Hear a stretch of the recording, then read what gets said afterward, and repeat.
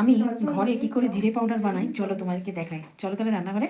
আমি পাউডারটা আমি বাইরে থেকে কিনি না, আমি ঘরেই বানাই। তো চলো কেমন করে বানাচ্ছি দেখে নেবে। আমি এটাকে ভালো করে বেছে নিয়েছি আর ধুয়েও দিয়েছিলাম, তো রোদে দিয়েছিলাম, তো রোদে নরম হয়ে গেছে।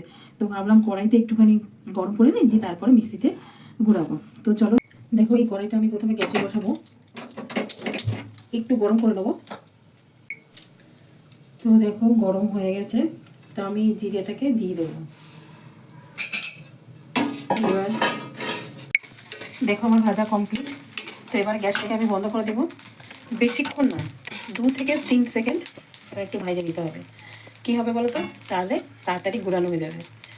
চলো ঠান্ডা করতে দিই, ঠান্ডা হয়ে গেলেই মিক্সিতে আমি গুঁড়িয়ে নেবো। দেখো মিক্সির মধ্যে আমি নিয়ে নিয়েছি জিরেটা, আর কিছুটা কড়াইয়ের মধ্যে আছে। তো এটা ছোটো না বাটিটা, তার জন্য অল্প নিয়েছি। চলো তাহলে পাউডারটা শুরু করি। তো দেখো পাউডার রেডি। তো দেখো কড়াইয়ে যেটুকু আছে ওইটুকু আমি নিয়ে নিচ্ছি। চলো তাহলে করে নিই গুঁড়ো। তো দেখো সেকেন্ডবারও আমারও গুঁড়ানো হয়ে গেছে।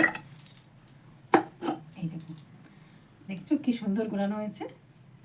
চলো তাহলে আবার এই কন্টেনারে আমি ঢেলে নিই। তো বন্ধুরা, আজকের ভিডিওটা কেমন লাগলো অবশ্যই কমেন্ট করে জানিও। আর তোমরা যারা জিরে পাউডার কিনে খাও, কিনে খেও না, বাড়িতে তৈরি করে খেও। এইরকম পদ্ধতিতে, খুব ইজি পদ্ধতি। চলো টাটা।